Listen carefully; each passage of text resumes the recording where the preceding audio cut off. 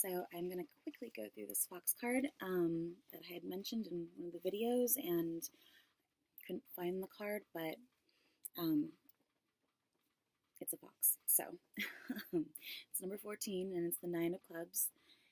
It says it's negative, but it can mean a ton of different things. As you'll see, the keywords are clever, con artist, crafty, cunning, deceitful, deduction, detective, spy, dishonest, employee, smart, fraud, intelligent, hunting, prankster, quick-witted, resourceful, shifty, shrewd, sly, theft, trap, treachery, trickery, witty, troublemaker, unconventional, undercover. So the words that stood out to me were undercover, troublemaker, shrewd, resourceful, sly, detective, spy, fraud, hunting, con artist, and quick-witted, because I had described the Queen of Swords as quick-witted in one reading. I think was the first reading I did with the erotic deck, so a long time ago, and it was a video that I added today to one of the Real Time Now playlists. So, anyways, the full meaning. The fox is primarily a card about your 9-to-5 job. It relates to a company job rather than freelance or self-employment. Look for the next workplace promotion or business opportunity. Being sly like a fox can be both good and bad depending on if you are the fox or not. When this card is a person in a reading, it is one of dubious character or one who's on the lookout for his own best interests over yours. This is a person to watch out for, not to be trusted. And then if you pull them with other cards, it kind of says, like, if you pull it to the right of another card or left, it gives different meanings. I mean, it's just a fox that I saw, so, but it might mean something to you. So to the right, this can be a warning about getting into a new situation, not being too trusting. Garden plus fox, for example, be a meeting or gathering, having disruptive people, a follow-up at work where you are put on the spot by a coworker, which that also kind of stood out to me, being put on the spot and being put on a dot in a data play. Or to the left, when to the left of a card describing a person, this takes on a more adjective role in describing that card. So, for example, fox plus dog, a disloyal friend. Fox plus bear, boss equals boss. And I thought of Hugo Boss. So, the fox can also be about danger close by. An example can be the fox plus home, and I actually flipped to the home page when I first opened this book, so, oh no. Illustrating a deceitful family member.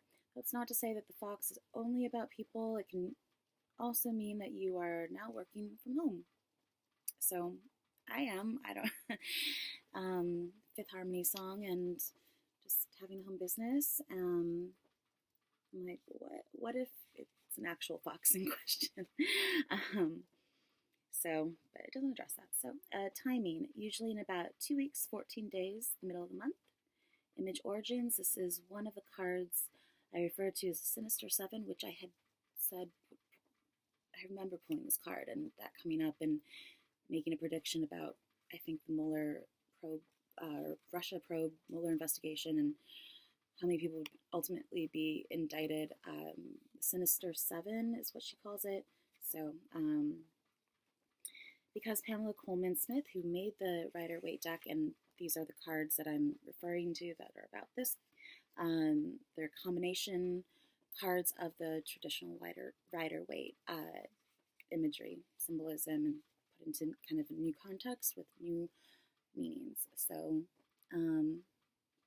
since she never drew a fox, creating the image was quite a challenge. The bulk of the idea is pulled from the Moon card, 18, and one can spot the tail of the wild wolf fox on the right side of the card. The rest of the body was pulled from the Strength card, with the eye of, and the Strength card is either 8 or 11, with the eye of the fox coming from the world, 21. Energies of the Moon being wild and unknown, the assuredness of strength and the ability to see the end goal in sight were pretty spot on for this creature. Tall Grass is from the Temperance 14 card with the Ground from the Moon card. The Sky is easy to spot from the Five of Swords, a card usually referred to with treachery and deception, making it the perfect backdrop for the Fox. But those minor arcana cards, as you've seen in the different translation videos, have so many different meanings. Can just be the number of letters in a name or an expression. Guys always looking back like, like totally got this, and then like, two people are crying. So, because they lost whatever fight or something. So it's about kind of a bittersweet victory or something along those lines.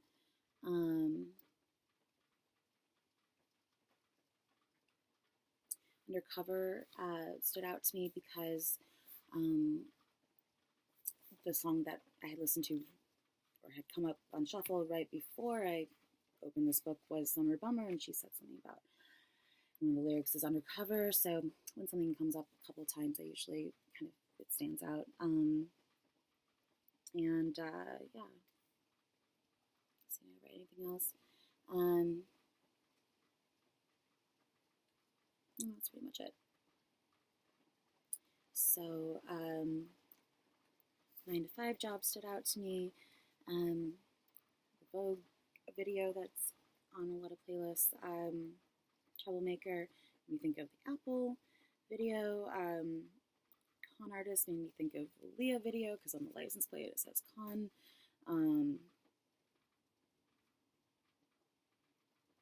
Yeah, so Detective Spy. I mean, when I say spy, I just kind of mean like looking into something. But yeah, so that might be useful for people. I thought I could pull a couple other cards while we're doing this from different decks because it's been a while. I'm going to do a different reading probably at some point because I did get this Crystal Grid Oracle deck, and I thought a lot of the patterns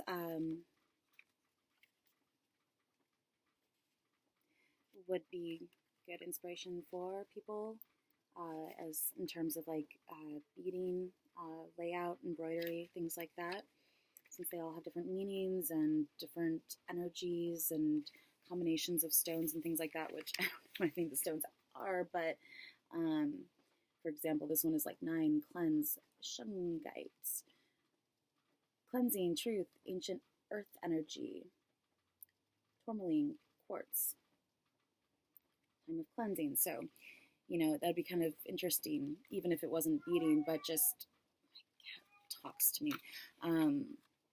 But even if it was like, patterns or prints or whatever,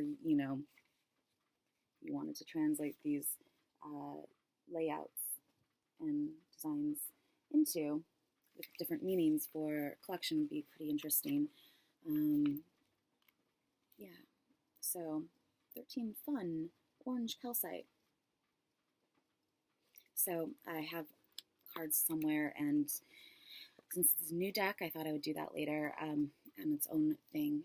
So, and I also wanted to show people this because I found these at Barnes & Noble, the little puzzles that you can, like the puzzle things that you're supposed to like figure out how to, I took one apart, can't figure out how to get it back. But this one especially because it's like, you can see kind of has this split here. And actually you have a sphere that goes in here and it breaks apart and this kind of curved, cool, I wanted to turn it into like earrings or something. And then when you put the other, it's actually missing one of the other side. It has an identical side to this. It creates a square around the sphere, but it made me think of the video that I put up yesterday about quantum superposition and particle splitting and how it splits right here. And just some sort of like interesting sculpture. Made me think of like a Henry Moore sculpture that's on the University of Chicago campus. That's on the location of where the first nuclear testing or was it nuclear testing? Yeah, site was on the campus, and it's this kind of very dark like this, and it's this weird sculpture, but it's really interesting. And then this made me think of Tesseract, and I, for the life of me, cannot figure out what I'm supposed to do with it. I think you're supposed to take them apart. Of course, I didn't read the instructions. I'm just like, I'll figure it out. And but I think it makes a really cool like desk object. And creates all these different angles and things like that. So anyways, we'll show and tell here. And yeah, so let me pull some cards from the Thoth deck, and one that's like a little bit easier to use for my hand size. So let's see. What do people need to know for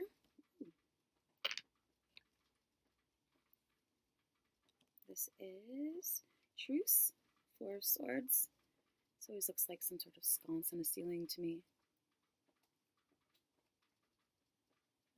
You know, everything coming to the center, and Master card video. Two, what else flipped out? Change. The two of pentacles, of discs here, and it has the two, has a snake making the 8 with the crown. Makes me think of Basquiat, and peace signs, and it's Jupiter. 2s are about choice. 4s are stability, making up a shape. So maybe choosing what direction to come at something, or and what approach to take. 2 peace signs though, so I feel like there's a lot having to do with balance. 2s and 4s even. Encircling something. Eyes. I'm all tired. I was not going to let myself take a nap because I wanted to get on a good sleep schedule, and 5 minutes later I was asleep, completely passed out on my couch, until about an hour ago. So I'm still kind of like waking up. I just have the auto sleep schedule. This is the Prince of Discs, Earth sign, Taurus, Capricorn, or Virgo, and he has the world's, looks like he has a globe, and it's some sort of ram or bull, I guess, pulling his little chariot. So maybe an earth sign. I also add up the numbers, deduce down, 24, 6. 6 could then relate to the Lover's card or any of the other 6s, like the 6 of Cups always comes to mind. Or maybe the 6 of Wands, because he's on his chariot, and they're usually like, you know, it's a parade. Warm Soft Parade, that made me think of the Chloe ad. Ace of Discs. And what else popped out? This is a brand new start. This is some sort of, I mean, it could be anything that's handed to you. Literally a coin, or something, or just like a good idea, or that's for you kind of feel about it. It's like a, yeah, brand, it's something that just falls in your lap, and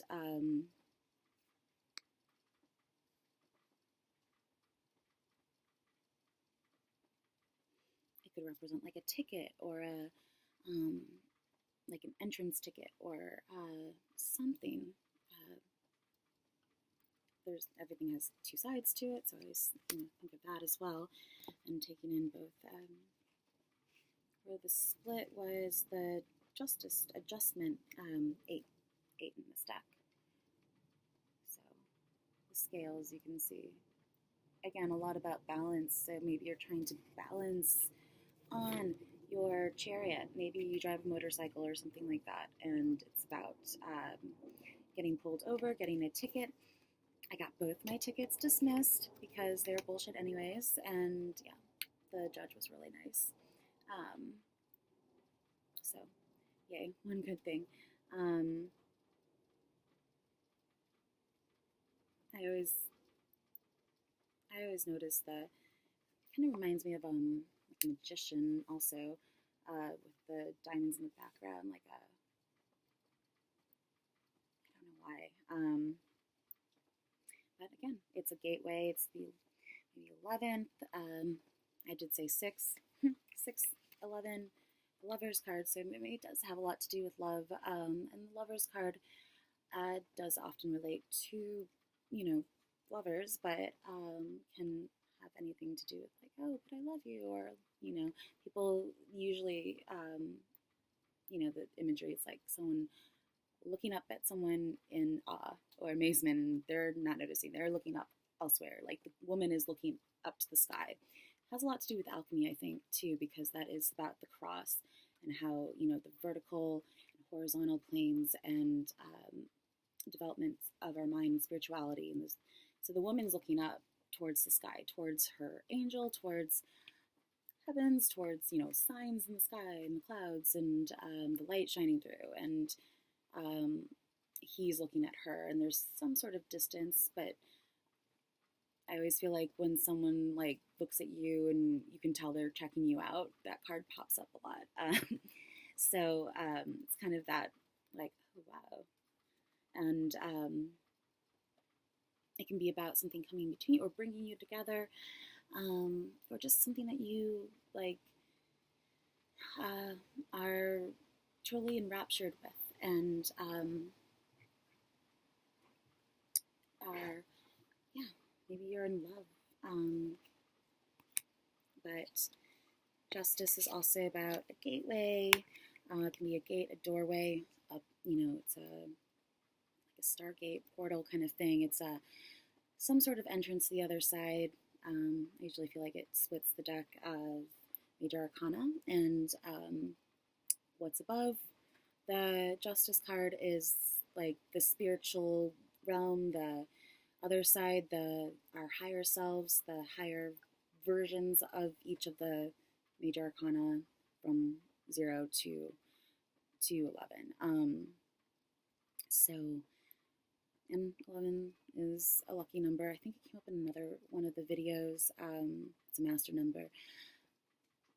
Oh, the midpoints. The midpoint video that I put into the Walk It Like I Talk It playlist.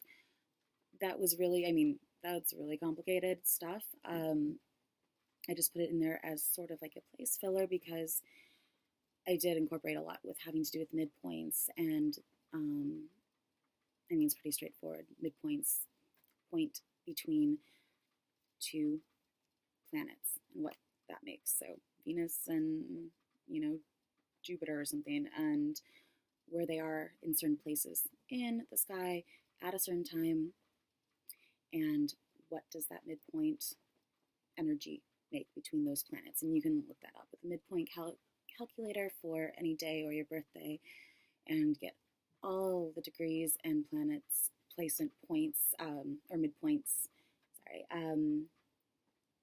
for every planet, and not just your sun, moon, or whatnot. And so that's what I did with some of the data plays. Don't remember exactly which ones now. It's like 2 years ago. But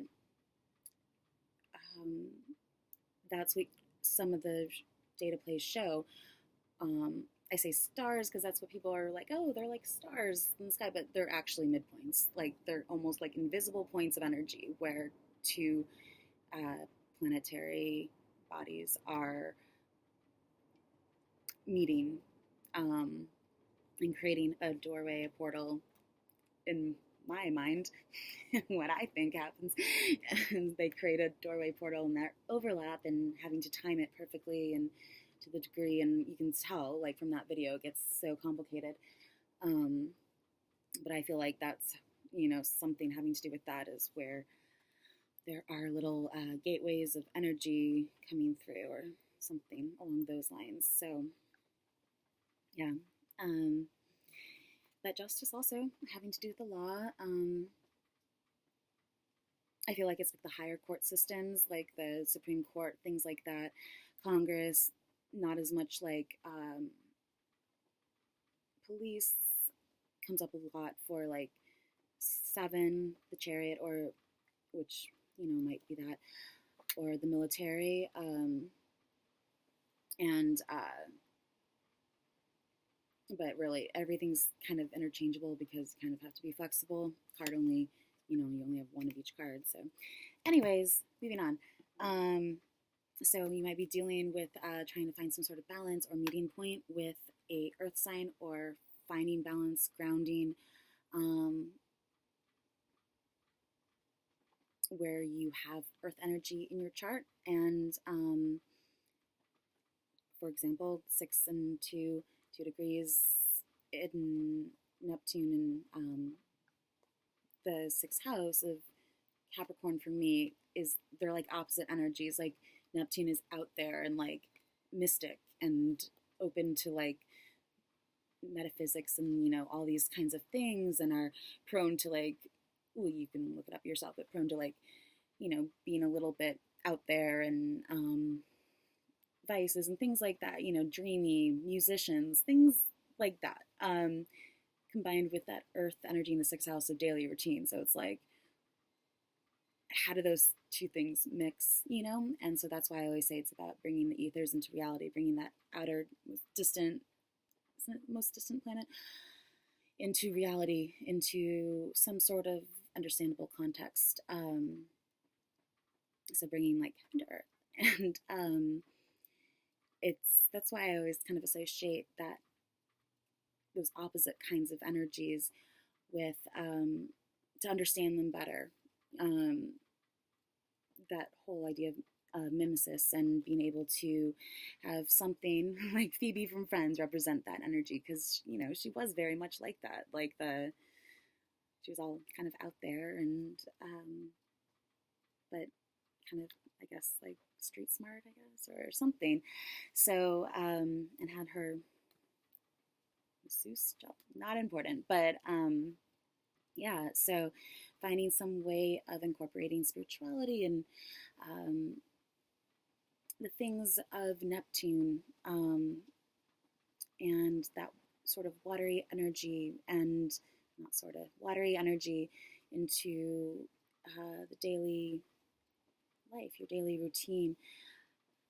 You probably have that in some area, and so just you just find out where that applies to you. But yeah, so I don't know where I was going with that, but it was something that I wanted to clarify, what I meant by bringing the ethers into reality, because I feel like it is very much like something along these lines, about having to do with predictions, and being intuitive, and trend forecasting, and doing that for work, and being able to help people on a daily basis in their daily lives through being emotionally and spiritually and in touch, and helpful, and things like that. So like counselors, and yeah, I don't know. So let's see. Let's pull one from the. I guess that's just a little bit about me. Pull some from the erotic deck. So what do people need to know for the next few days, going into the weekend? Some people, weekend already started. Starts tomorrow. People need to know highest and best interests.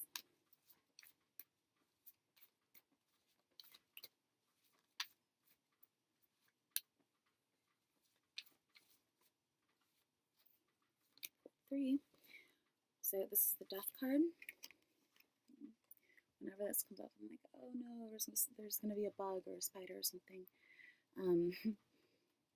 The death card, 13, Scorpio, and the moon is in Scorpio right now. So the moon just kind of rules everything. I mean, we're all ruled by our emotions, whether we admit it or not. Our decisions are based on our emotions, and choice is based on emotion. You can't make choices without having some sort of emotional attachment to something, even on some sort of strange level. Like I told people this a while ago, but there's a story about a woman who lost her connection in her mind to her emotions, and even like buying some, like choosing between two different brands of bread at the supermarket was impossible for her. She couldn't make decisions.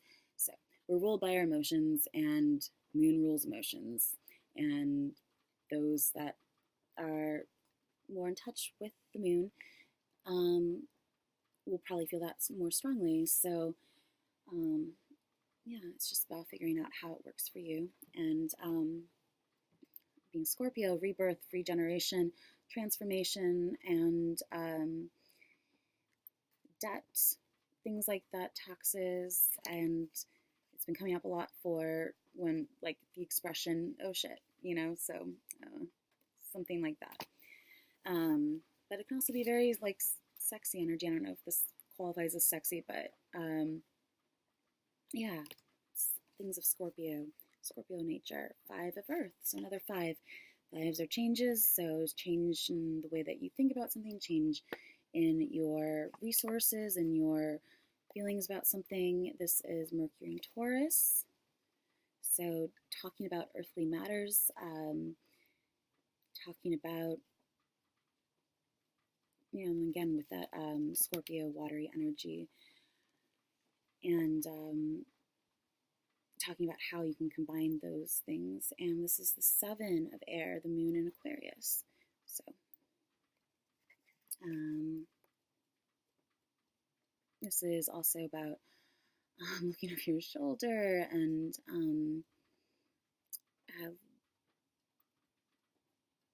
here it looks like she's being followed, but getting away with something. Theft came up, things like that. So any sort of petty theft or lying and trying to get away with something, or just being a little sneaky. Like one time my cat snuck off and popped out. I'm like, it's not always as like dire as the card meanings make them out to be. So, but it's air. So, and Aquarius originally rules the 11th house of networking and social groups and things like that. So whatever planet you have in the 11th house, planets, will be there, that influence. Like I have the moon in the 11th house, so that emotional influence will come out through and kind of influence social networks of people and the internet and things like that. So that's where you are most social, where you have the most pull or sway, I think. And on the bottom is the Queen of Fire. So this is just someone who's very creative and a little self-centered and a little bit, these are all, there's a scale to all these different qualities, so it's just about bringing out the best of each one. And so however that works out with this card. And yeah, so fire sign Sagittarius, Leo, or I'm thinking a lot of their fire sign, Aries. And they, when two fire signs, they make a air sign. So there's that much fire energy. I feel like it just kind of like combusts into the air and becomes thought. And maybe the 7th house important, 5th house, and Scorpio or Pluto, Venus,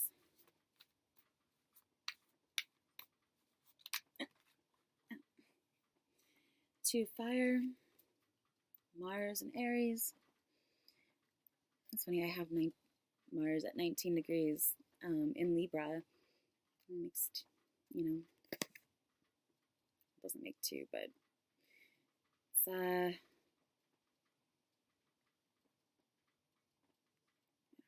don't know, they are I think they're filming like some sort of movie situation. Um, just letting it all sort of,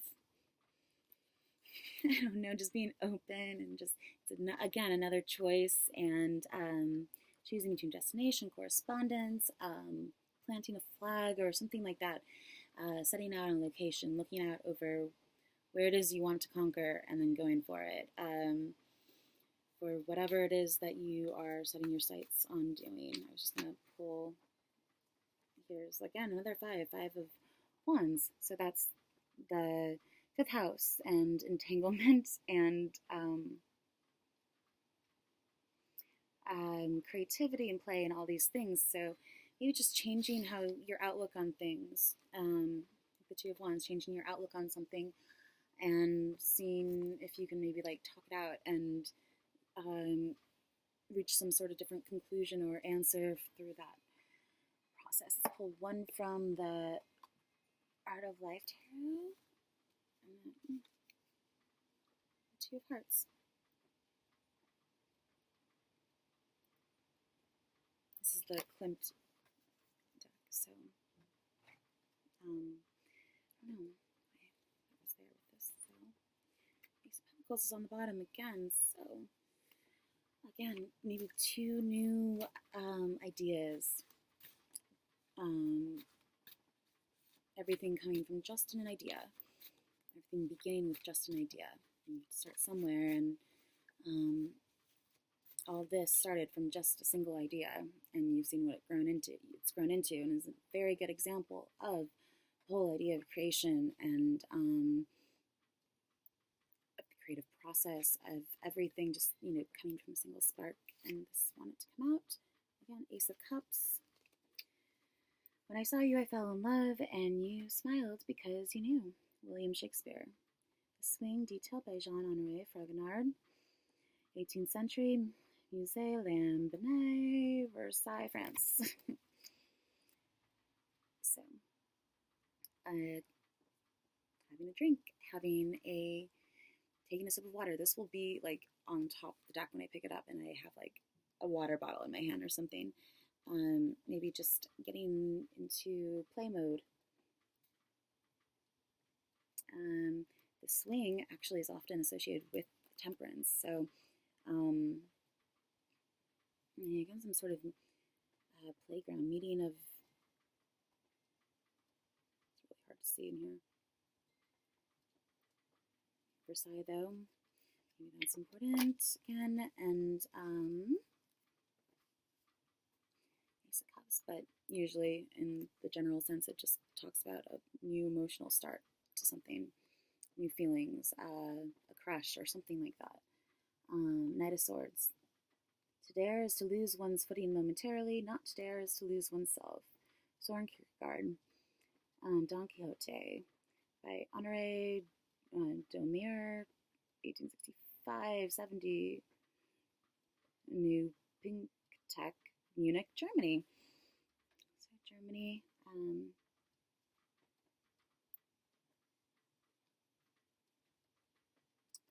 Quixote. Yeah.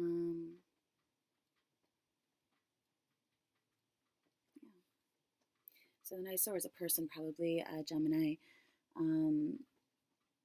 is what I usually associate the knights with, mutable signs. So the mutable air sign is Gemini. And they could just talk about the way that you express yourself, or get your words across, how you talk, how you communicate, your more mental state. Some people are like,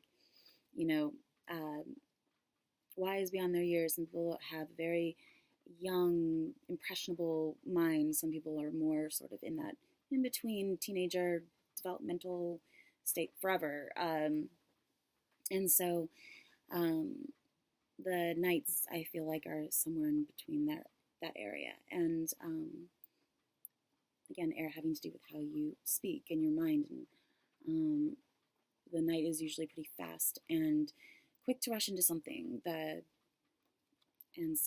it's kind of opposite of the Knight of Pentacles or Discs or the Prince, whichever one came out before.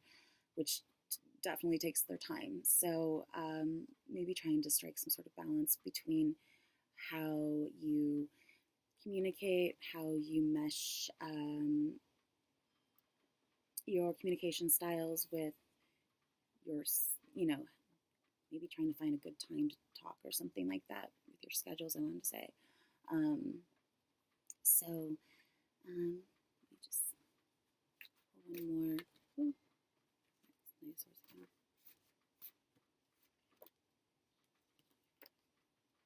Ace of Pentacles again. Wealth is the ability to fully experience life. Henry David Thoreau. The Luncheon in Monet's Garden at Argenteuil by Claude Monet, 1873, Musée d'Orsay, Paris, France. So I was talking about that today, and there was a video earlier. So, yeah, again, being very impressionable, making an impression. I want to say like striking out on your own, just like going for saying what it is you want to say. Maybe not being told, maybe having not thought it completely through, but just sort of giving a good tip or advice or something like that. Also, but again, Monet, impressionist, being impressionable, making an impression, maybe something having to do with the difference in how you see something close up and mesh of all the different colors and then stepping away, maybe gaining new perspective by just sort of stepping back and giving there's some time to breathe or something like that. I find when I'm painting, I hate it when I'm like, not hate it, but like I give myself a day or something, come back and I'm like, oh, it's not bad. But you just get so used to seeing something while you're working on it, or when you're in the midst of something that, yeah, it's sometimes you just need to give yourself a little bit of some breathing room, I guess, to like when you go and try out perfumes at like Sephora and you have to like smell the coffee beans in order to like reset your senses. And so again, maybe having something to do with senses and connecting, the senses, if you are more earth quality inclined to your emotions and to the things that synesthesia, there was a great quote from Kandinsky on synesthesia in one of the videos about how I'm going to mess it up. The hand is the hammer and the eyes are the piano or something like that. But anyways, yeah, I think finding just a good groove and finding a way for, I think knowing yourself enough, knowing who it is that you're, in the process of trying to work things out with, understanding them enough to be able to draw out and build upon the best qualities and like sort of, work towards that, I guess, each other's best qualities so that you are able to have the most productive conversation. So anyways, I hope this was sort of helpful and fun, a little brief reading. It's been a while and it's been kind of missing it, and I feel like I need to start updating the videos, and we'll see what happens, what this turns into. And so anyways, I hope you have a great end of the week, and let me know if this was helpful. All right, bye.